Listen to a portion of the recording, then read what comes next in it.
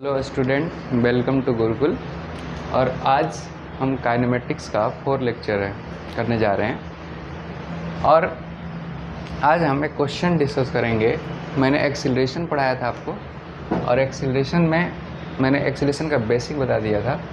और इसमें आज हम एक क्वेश्चन जो कि नीट में पूछा गया है, इसको हम अप्रोच करेंगे। तो आप क्वेश्चन को पढ़ेंगे एक बार। क्वेश्चन क्या कह रहा है? क्वेश्चन कह रहा है particle is moving along x axis has acceleration f at time t given by f equal to f not 1 minus small t upon capital T where f nought and capital T are constants. The particle at t equal to 0 has 0 velocity in interval between t0 and instant when f equal to 0। The particles velocity vx is, option ये 4 given है। इसके देख करके हम लोग इसको approach करेंगे, ठीक है। तो आप ऐसे समझें कि इसको कैसे अप्रोच किया जाए। अब देखिए यहाँ पर क्या दिया, एक्सीलरेशन दिया है, और आपसे क्या पूछ रहा है, vx पूछ रहा है। किसके बीच में? तो t0 से, और जब क्या है, f इक्वल टू 0 है। तो सबसे पहले आप क्या करेंगे कि आपको एक्सीलरेशन दिया है, तो हमें पता है कि एक्सीलरेशन f इक्वल टू है f not 1 minus t upon में capital T। f equal to f not 1 minus t upon में कैपिटल T। तब क्या करेंगे, आप देखेंगे कि एक्सीलरेशन को क्या लिख सकते हैं। एक्सीलरेशन जो होता है a equal to dv by dt होता है। एक्सीलरेशन a इक्वल टू होता है dv बाई dt।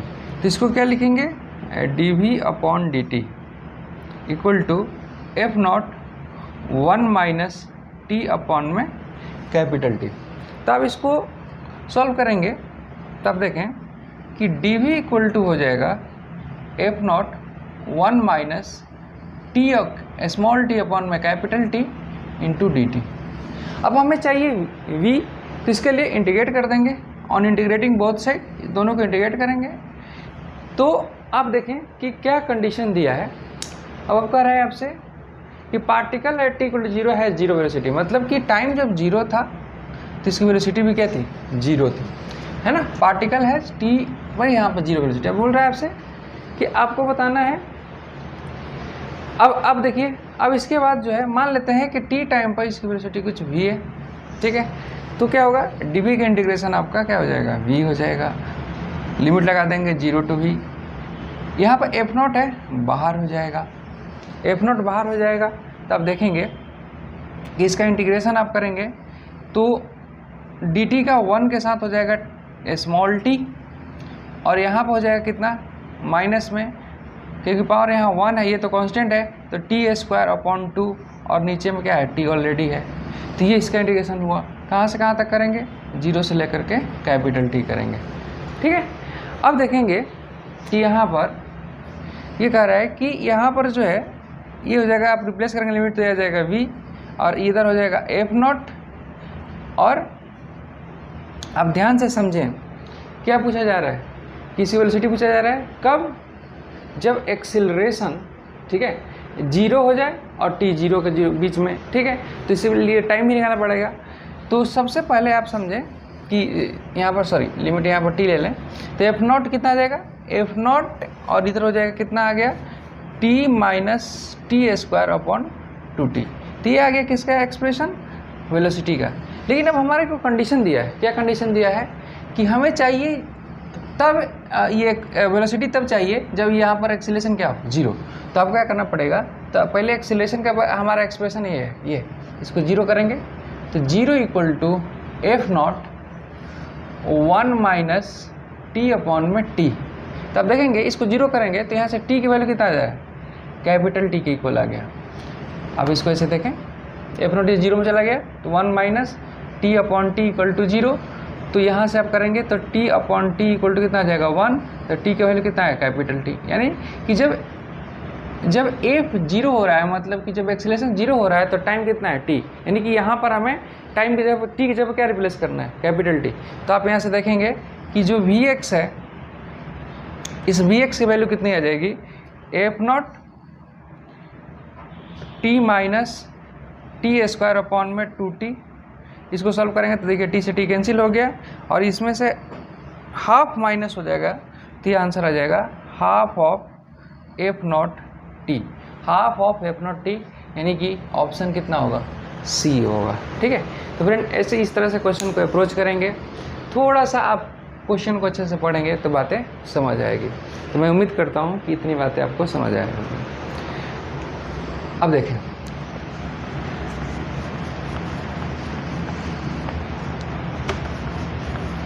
अब समझते हैं, एक और इजी न्यूमेरिकल लेते हैं। ठीक है, क्योंकि ये थोड़ा सा लेंथी आपको लगा होगा, क्योंकि नीट्स में पूछा हुआ क्वेश्चन है। अब देखेंगे आप कि एक क्वेश्चन में क्या थोड़ा कंसेप्ट क्लियर करने के लिए। ठीक है, a particle is moving along x-axis and its displacement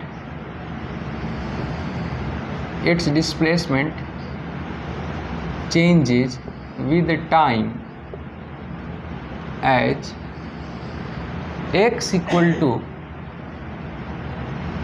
5t square minus 3t plus 4, 5t square minus 3t plus 4। तो आपसे क्या पूछा जा रहा है, find average acceleration in time interval of 3 second. Second question आपसे पूछा गया है instantaneous acceleration at t equal to 1 second. Friend कैसे अप्रोच करेंगे इसको, तो आप देखेंगे बहुत इजी है। आपको क्या करना होगा, सबसे पहले आप देखें कि हमारे पास डिस्प्लेसमेंट का एक्सप्रेशन गिवन है, डिस्प्लेसमेंट का एक्सप्रेशन गिवन है। तो आप क्या करेंगे, आपको निकालना क्या है, एक्सिलरेशन। मैंने बताया था कि एक बार डिफरेंशिएट करेंगे तो क्या आएगा, वेलोसिटी आ जाएगा, और अगेन डिफरेंशिएट कर देंगे तो क्या आएगा, एक्सीलरेशन। जैसे आपने पता होगा कि वेलोसिटी होता है dx बाई dt और एक्सीलरेशन होता है dv बाई dt। अब मैंने बताया था, ये भी बताया था कि आप ऐसे एक्सीलरेशन को ये भी लिख सकते हैं d2x by dx2, instantaneous acceleration निकालने के लिए। ठीक है, तो ये तो बेसिक आपको पता होगा, मैं उम्मीद कर रहा हूँ। ठीक है, अब आप ऐसे समझें कि हमें क्या निकालना है, हमें निकालना है एवरेज एक्सीलरेशन और इंस्टेंटेनियस एक्सीलरेशन। तो मैंने दोनों का एक्सप्रेशन बता चुका था, मैं कैसे करेंगे। तो एवरेज एक्सीलरेशन था, आपको पता होगा कि एवरेज एक्सीलरेशन था delta v upon delta T, that is v2 minus v1 upon t2 minus t1, v2 minus v1 upon t2 minus t1। और जो है इंस्टेंटेनियस एक्सीलरेशन था हमारा कितना, इसमें लिमिट, इसमें हमने क्या किया था कि इसमें लिमिट ले लिया था, ऐसे limit delta t tends to 0 delta v upon delta t, और इसी को मैंने लिखा था d v by d t. तो फ्रेंड पहले ये बातें दो क्लियर होनी चाहिए इस क्वेश्चन को अप्रोच करने से पहले। ठीक है, यानी कि ये दोनों फार्मूला पर ध्यान देना है। ठीक है, तभी आप एवरेज और इंस्टेंटेनियस फाइंड आउट कर पाएंगे। अब देखें आप कि इसको कैसे करेंगे। तो देखिए मैं आपको समझाता हूँ। आप क्या करेंगे, सबसे पहले यहाँ पर x गिवन है, तो x जो है 5t square minus 3t plus 4 है। अब इसका एक बार डिफरेंशिएट कर देंगे तो v आ जाएगा, dx बाई dt निकाल लेंगे। तो डिफरेंशिएट करेंगे फ्रेंड तो कितना आएगा, देखो 5 कांस्टेंट है, बाहर हो जाएगा, t स्क्वायर का हो जाएगा डिफरेंशिएशन 2t माइनस 3 बाहर, t का 1 और 4 का 0, तो यह आ जाएगा 10t माइनस 3। ये आ गया v का एक्सप्रेशन। अब हमें v का एक्सप्रेशन क्यों जरूरी था, क्योंकि v2 माइनस v1 निकालना है हमें। तो v2 माइनस v1 कैसे निकालेंगे, v2 है क्या, तो फ्रेंड v1 है टाइम कितना, इंटरवल कितना है 0 to 3 सेकेंड, मतलब इंटरवल ऑफ 3 सेकेंड का मतलब हुआ 0 to 3 सेकेंड। तो फ्रेंड v1 जो है वो निकलेगा t इक्वल टू 0 पर। अब इसमें 0 डालेंगे तो कितना आ जाएगा -3 मीटर पर सेकेंड। और V2 कैसे निकलेगा, तो V2 निकलेगा 3 सेकेंड पर, तो 3 सेकेंड इसमें डालेंगे तो 10 × 3 - 3, तो 30 - 3 तो 27।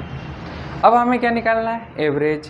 तो एवरेज निकालना है फ्रेंड, तो देखिए यहाँ पर क्या करेंगे, इसमें रखेंगे V2 जब कितना रखेंगे 27 माइनस 3, V1 की वैल्यू रख दिया मैंने, T2 कितना है 3 - 0 कितना आ गया 30/3 कितना हो जाएगा 10 मीटर पर सेकेंड स्क्वायर। ये एक्सीलरेशन हुआ, एवरेज एक्सीलरेशन की वैल्यू। ठीक है, तो मैं उम्मीद करता हूँ ये बातें आप समझ गए होंगे। ठीक है, अब हम बात करते हैं इंस्टेंटेनियस एक्सीलरेशन का। ठीक है, ये नोट कर लेंगे आप। अब देखेंगे कि इंस्टेंटेनियस एक्सीलरेशन कैसे फाइंड आउट किया जाता है। देखिए, इसमें क्या करना है कि हमारे पास v की वैल्यू आ गया, क्योंकि इंस्टेंटेनियस एक्सीलरेशन का फॉर्मूला क्या होता है, इंस्टेंटेनियस एक्सीलरेशन जो होता है फ्रेंड वो होता है या तो dv/dt लिख सकते हैं इसको, और मैंने बताया था dx2/dx2। ठीक है, तो आप इसको कैसे करेंगे कि जो x है उसको या तो 2 बार डिफरेंशिएट कर दीजिए, या तो जो वेलोसिटी का एक्सप्रेशन आया है उसको अगेन डिफरेंशिएट कर दिए, तो दोनों एक ही बात है। तो यहाँ पर एक इंस्टेंटेनियस एक्सीलरेशन हो जाएगा dv/dt, और ये आ जाएगा d/dt ऑफ ये v का एक्सप्रेशन आप रखेंगे तो 10t - 3, तो ये जाएगा 10 और t का 1 और 3 का 0, तो कितना आ गया 10 मीटर पर सेकेंड स्क्वायर। फ्रेंड ये जो है पार्टिकल जो है कांस्टेंट एक्सीलरेशन से चल रहा है, इसलिए इसका एवरेज और इंस्टेंटेनियस दोनों सेम। ठीक है, अगर ये वेरिएबल होता तो कुछ और हो सकता था, लेकिन कांस्टेंट एक्सीलरेशन होने की वजह से ठीक है इसका एवरेज और इंस्टेंटेनियस दोनों सेम आ रहा है। ठीक है, तो इसमें अगर ये यहाँ पर टाइम का फंक्शन आ जाता तो मैं ये टाइम जो 1 सेकेंड है ठीक है वो यहाँ पर रिप्लेस करते, लेकिन यहाँ पर रिप्लेस करने की नौबत ही नहीं आई क्योंकि यहाँ पर टाइम का कोई फंक्शन नहीं था। तो मैं उम्मीद कर रहा हूँ कि इतनी बातें आप समझ गए होंगे। अब देखें, इसको रफ कर देते हैं, एक और क्वेश्चन करते हैं तो आपको क्लियर हो जाएगा चीज़ें। अब देखें आप, एक क्वेश्चन है, a particle is moving on a straight path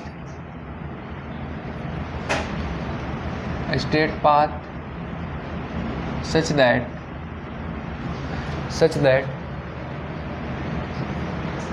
displacement is related to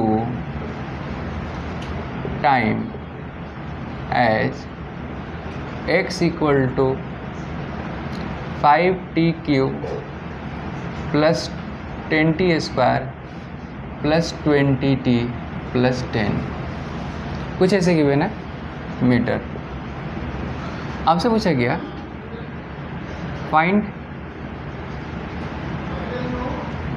average acceleration in time interval of 2 second, second instantaneous acceleration at t = 3 सेकेंड। मान लीजिए कुछ ऐसा क्वेश्चन है, तो यहाँ पर कैसे करेंगे, यहाँ पर भी सेम अप्रोच है। अब मैं आपको एक बार फॉर्मूला भी लिख देता हूँ फिर कि ए एवरेज होता है ΔV/ΔT that is V2 - V1 T2 - T1, और इंस्टेंटेनियस एक्सीलरेशन मैंने बताया था dV/dt। अब क्या करेंगे आप, तो इसके लिए आप क्या करेंगे, अब सबसे एवरेज के लिए पहले क्या करेंगे, x आपको गिवन है, तो x गिवन है तो आप ऐसे समझें कि x इक्वल टू है 5t³ plus 10t² plus 20t plus 10। तो इसको एक बार डिफरेंशिएट कर दें तो v का एक्सप्रेशन आ जाएगा dx/dt इक्वल टू 5 × 3t² इसका हो गया प्लस 10 बाहर t² का हो गया 2t, 20 t का हो गया 1 और कांस्टेंट हो गया 0।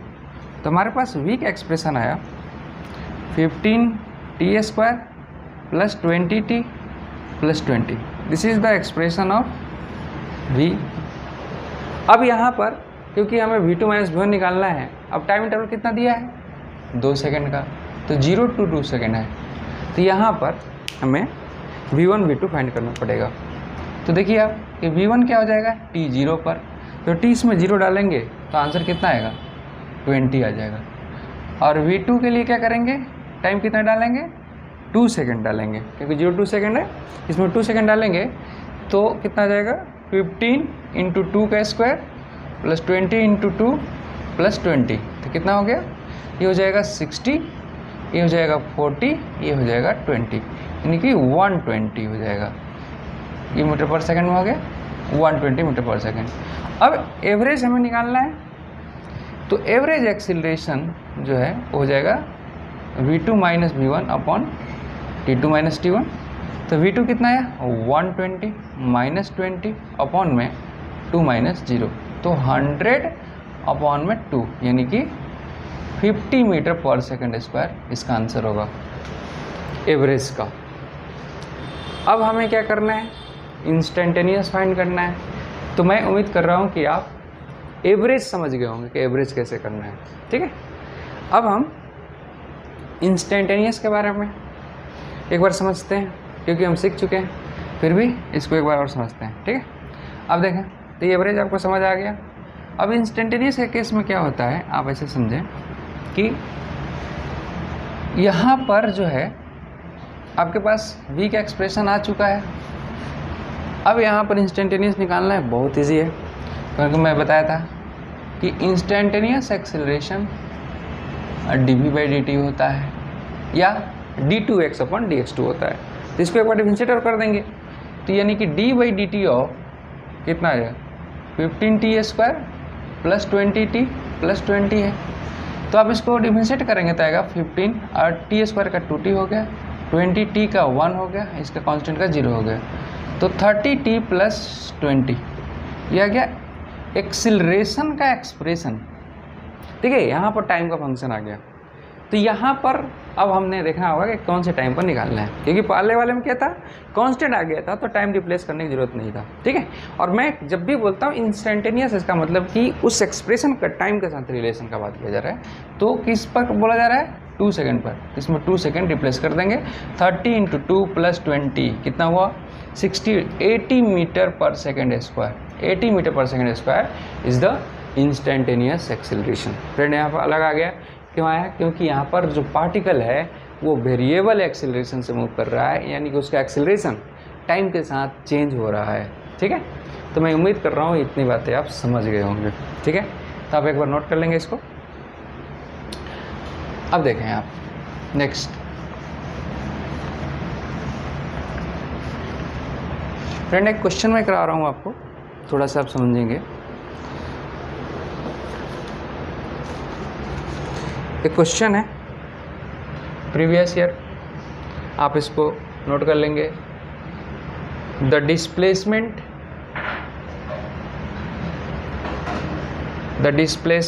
x of a particle, displacement x of a particle varies with the time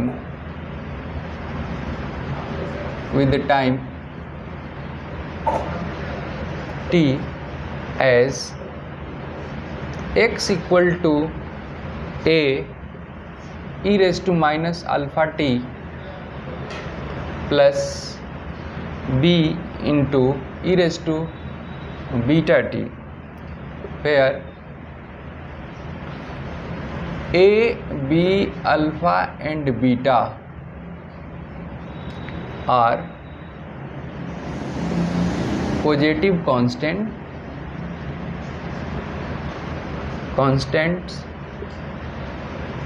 The velocity of the particle will be, option है फ्रेंड, फर्स्ट ऑप्शन है be independent of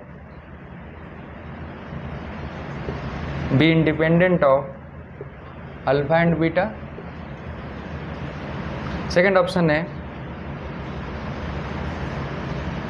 drop to 0 when alpha equal to beta. C option है go on decreasing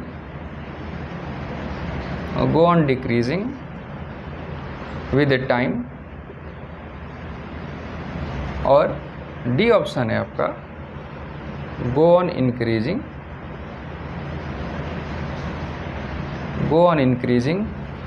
with the time।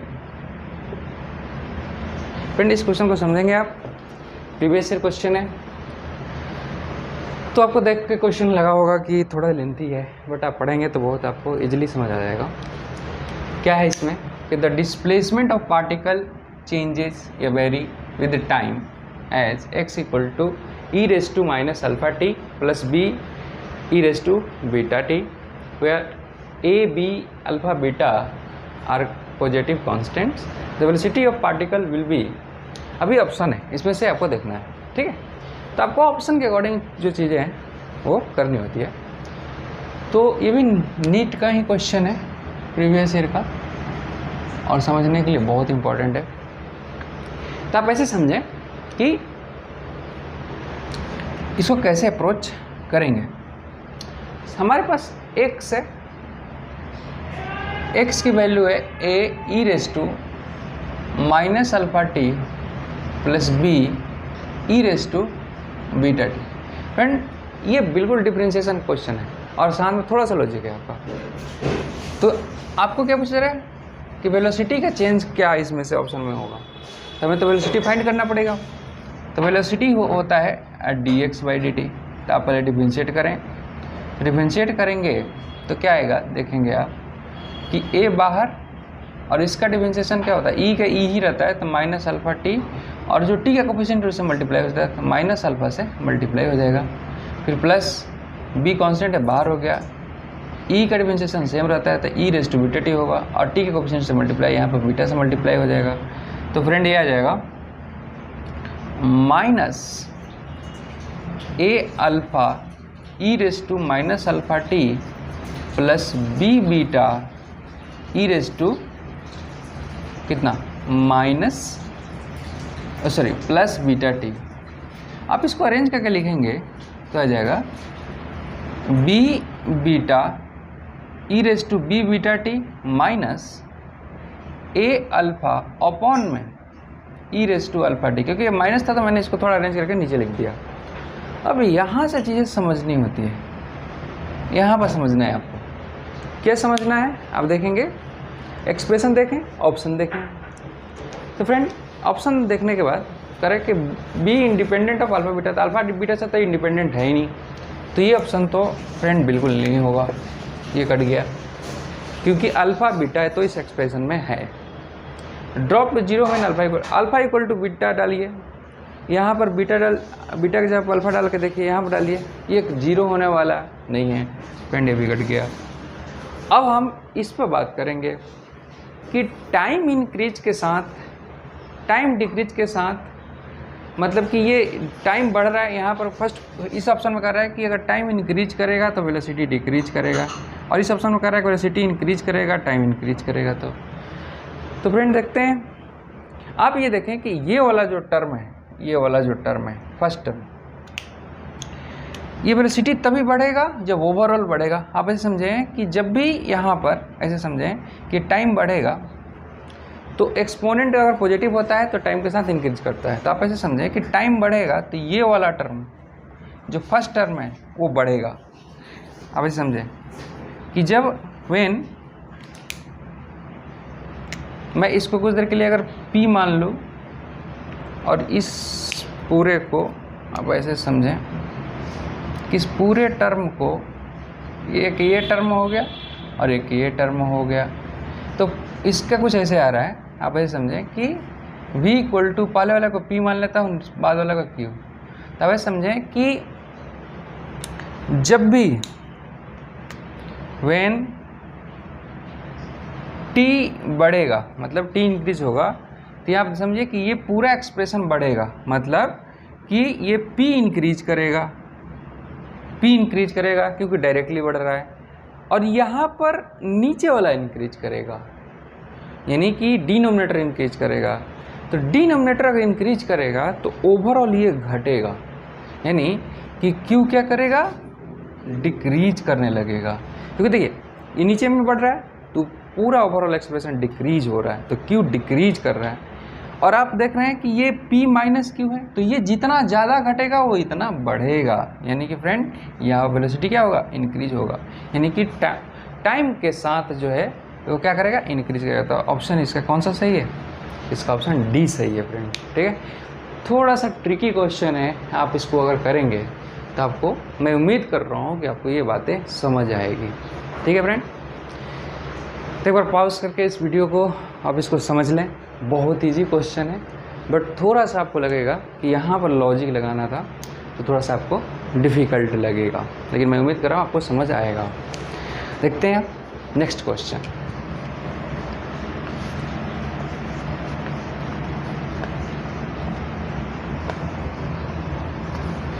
अब देखें friend, एक question और करा रहा हूँ मैं, थोड़ा इजी वाला, क्योंकि आप एक टफ एक इजी कर रहे हैं, प्रीवियस ईयर कर रहे हैं, तो आपको लगता होगा कि प्रीवियस ईयर में ऐसे क्वेश्चन, लेकिन कंसेप्ट क्लियर होगा तो आप बहुत इजीली कर सकते हैं। जैसे एक क्वेश्चन करते हैं कि the velocity of a car changes with time as v equal to 10t minus 5 meter per second, and it is at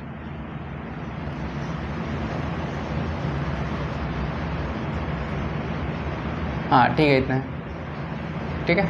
अब इसके बाद जो है, अब ऐसे समझें, आपसे पूछा जा रहा है कि फाइंड, हाँ ऐसे लिखें, and it's acceleration is, it's acceleration is,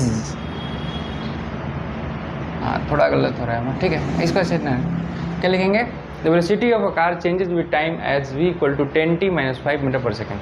आपसे पूछा जा रहा है कि फाइंड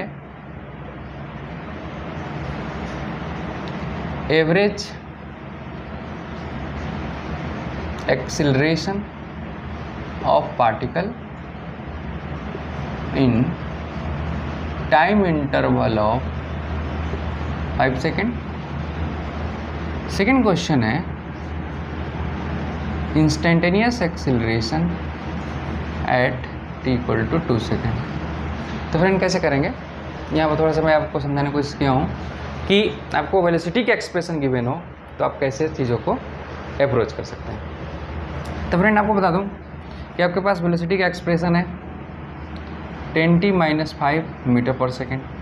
तो सबसे पहले आप सेकेंड क्वेश्चन को सॉल्व करें, क्योंकि मैंने बताया था कि जब भी वेलोसिटी का टाइम के साथ रिलेशन है तो आप इंस्टेंटेनियस बहुत इजीली फाइंड कर सकते हैं, सिर्फ आपको वैल्यू रिप्लेस करना है। यानी कि सेकंड क्वेश्चन का आंसर अगर करेंगे तो 2 सेकंड पर वेलोसिटी इसका कितना होगा, इसमें 2 रख देंगे तो t इंटू 2 माइनस 5, यानी कि 20 माइनस 5 15 मीटर पर सेकेंड। हाँ तो ये आ जाएगा क्या आपका यहाँ पर आ जाएगा आपका इंस्टेंटेनियस वेलोसिटी अगर 2 सेकंड में निकाला चाहते हैं। अच्छा एक्सेलरेशन पूछा है क्या, ओके ओके, हाँ देखो तो इंस्टेंटेनियस पूछा है तो बहुत इजीली हो सकता है। क्या करेंगे आप कि एक बार इसको डिफरेंशिएट कर देंगे तो इंस्टेंटेनियस आ जाएगा dv/dt, ठीक है। तो कितना हो जाएगा d/dt of 10t minus 5, 10t minus 5। तो क्या करेंगे फ्रेंड, इसको डिफरेंशिएट कर दें आप, कितना हो जाएगा 10t का हो जाएगा 1 और 5 का हो जाएगा 0, 10 मीटर पर सेकेंड स्क्वायर। तो कांस्टेंट आ गया, ठीक है। कांस्टेंट एक्सेलरेशन कितना है 10 मीटर पर सेकेंड स्क्वायर, ठीक है फ्रेंड। अब देखें आप कि आपको एवरेज निकालना है, तो एवरेज निकालना भी बहुत आसान है यहाँ पर, क्योंकि एवरेज का फॉर्मूला होता है friend v2 minus v1 upon में t2 माइनस t1। तो आपके पास वेलोसिटी का एक्सप्रेशन है, तो वेलोसिटी का एक्सप्रेशन है तो आप इजीली, ठीक है, इसको सॉल्व कर सकते हैं। कैसे करेंगे आप देखें, तो यहाँ पर v1 निकालेंगे फ्रेंड, तो टाइम इंटरवल कितना है 0 to 5 सेकेंड है, क्योंकि यहाँ दिया हुआ इंटरवल ऑफ 5 सेकेंड। तो v1 t0 पर निकालेंगे, t0 पर निकालेंगे फ्रेंड, तो आ जाएगा ये -5 मीटर पर सेकेंड, क्योंकि यहाँ पर मैंने 0 रख दिया। v2 कितने पर 5 पर, तो फ्रेंड ये आ जाएगा कितना, और रखेंगे 10 × 5 - 5, तो ये आ जाएगा 45 मीटर पर सेकेंड। तो एवरेज एक्सेलरेशन आ गया आपका v2 माइनस v1, मतलब 45 माइनस 5 अपॉन में 5 माइनस 0, यानी तो फ्रेंड आ जाएगा 50 अपॉन में 5, इसको सॉल्व करेंगे आएगा 3 मीटर पर सेकेंड स्क्वायर। फिर से मैं बताऊँ, ये कांस्टेंट एक्सेलरेशन था, इसलिए ये दोनों सेम आया है। तो मैं उम्मीद करता हूँ कि ये बातें आप समझ गए होंगे, ठीक है फ्रेंड। अब थोड़ा सा फ्रेंड इस पर और डिटेल में हम पूरा न्यूमेरिकल्स कराएंगे, आपको प्रीवियस ईयर कराएंगे, ठीक है, और भी कंसेप्चुअल क्वेश्चन कराएंगे। इससे पहले थोड़ा सा और टॉपिक को समझ लेते हैं एक बार। तो मैं उम्मीद कर रहा हूँ ये बातें आप समझ गए होंगे। अब देखते हैं कि मोशन हम लोग पढ़ रहे हैं, तो थोड़ा सा मोशन का कैटेगराइज करते हैं और देखते समझते हैं कि मोशन कितने तरह का होता है।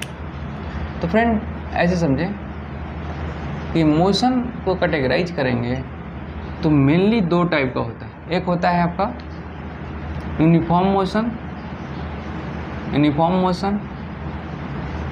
और दूसरा होता है एक्सिलरेटेड मोशन।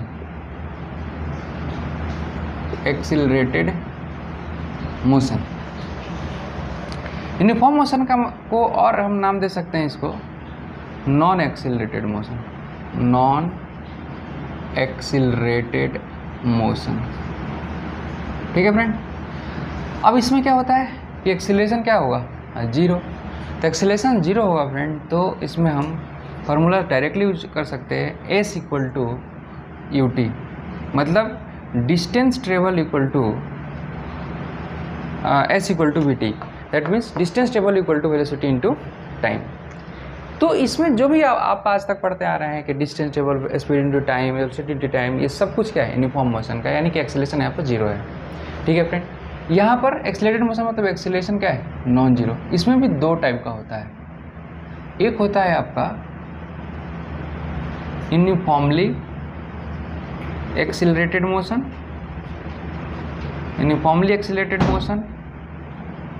और एक होता है non uniformly accelerated motion. Non uniformly accelerated motion, तो यूनिफॉर्मली एक्सेलरेटेड मोशन का मतलब क्या है, यानी कि यहाँ पर एक्सेलरेशन कांस्टेंट होगा, और यहाँ पर एक्सेलरेशन क्या होगा फ्रेंड, यहाँ पर एक्सेलरेशन वेरिएबल होगा। जैसे कांस्टेंट का मतलब क्या है, एग्जांपल समझें, जैसे एक्सेलरेशन दिया है 2 मीटर पर सेकेंड स्क्वायर, -3 मीटर पर सेकेंड स्क्वायर, एक्सेट्रा, ये सब क्या है कांस्टेंट है। अब वेरिएबल का एग्जांपल ले लेंगे तो क्या होगा, जैसे 3t मीटर पर सेकेंड स्क्वायर, या आपको दे दिया 2t - 5 मीटर पर सेकेंड स्क्वायर, ये वेरिएबल एक्सेलरेशन होगा। यहाँ पर फ्रेंड हम इक्वेशन ऑफ मोशन अप्लाई कर सकते हैं, यानी कि equation of motion is applicable, यहाँ पर अप्लीकेबल होता है, और यहाँ पर इक्वेशन ऑफ मोशन अप्लीकेबल नहीं होता friend. Equation of motion is not applicable, यहाँ पर अप्लीकेबल नहीं होगा। तो सबसे इम्पॉर्टेंट चीज़ यहाँ पर यही है कि मोशन जो है मेनली क्या होगा, uniform motion, accelerated motion. Uniform का बोल सकते हैं, इसको नॉन यूनिफॉर्म भी बोलते हैं, ठीक है, इसको नॉन यूनिफॉर्म मोशन भी बोलते हैं। यूनिफॉर्म मोशन का डेफिनेशन क्या होगा फ्रेंड, कि when a particle travels equal distance in equal time interval, equal distance कह सकते हैं इसको, equal distance in equal time interval. मतलब अगर आप 2 सेकंड का टाइम दे रहे हैं बार बार, तो जो मान लो कि आप 10 मीटर की दूरी अगर डिस्टेंस ट्रेवल कर रहा है, तो अगला 2 मिनट में भी वो 10 मीटर का ही करेगा। लेकिन यहाँ पर क्या होगा, नॉन यूनिफॉर्म में क्या होता है फ्रेंड, कि unequal distance in equal time interval. Friend इतना समझना है, इसमें डेफिनेशन भी आप लिख सकते हैं, बहुत ईजी है। When a particle travels equal distances in equal time interval is called uniform motion. When a particle travels unequal distances in equal time interval, not unequal, in equal time interval is called non uniform motion और accelerated motion. यानी कि जब भी acceleration होता है तो speed बढ़ने लगता है, तो कभी इक्वल नहीं कर सकता, इसीलिए उसको एक्सेलरेटेड मोशन कहा जाता है। तो मैं उम्मीद कर रहा हूँ फ्रेंड ये बात समझ गए होंगे। और इसी को मैंने कैटेगराइज किया है यूनिफॉर्मली एक्सेलरेटेड मोशन और non uniformly accelerated motion. Uniformly में क्या होगा फ्रेंड, कि एक्सेलरेशन कांस्टेंट रहेगा। एक्सेलरेशन कांस्टेंट रहेगा यानी कि उसका एक न्यूमेरिकल वैल्यू रहेगा, और इसमें काइनेमेटिक्स इक्वेशन यानी कि इक्वेशन ऑफ मोशन अप्लीकेबल होगा, और यहाँ पर अप्लीकेबल नहीं होगा। कितने फ्रेंड होता है इक्वेशन ऑफ मोशन, आपको पता होगा, मैं यहाँ लिख देता हूँ इक्वेशन ऑफ मोशन, आगे यहीं हमें पढ़ना है। तो एक होता है आपका v equal to u plus a t, second क्या होता है v square equal to u square plus 2as, और थर्ड होता है friend s equal to u t plus half a t square. तो ये इक्वेशन ऑफ मोशन है, जिसको हम आगे क्लास में पढ़ेंगे। आज फ्रेंड हम इतना ही समझेंगे, ठीक है। नेक्स्ट क्लास में हम इसके आगे प्रोसीड करेंगे, ठीक है। तब तक के लिए आप इसको अच्छे से समझें, ठीक है। Thank you.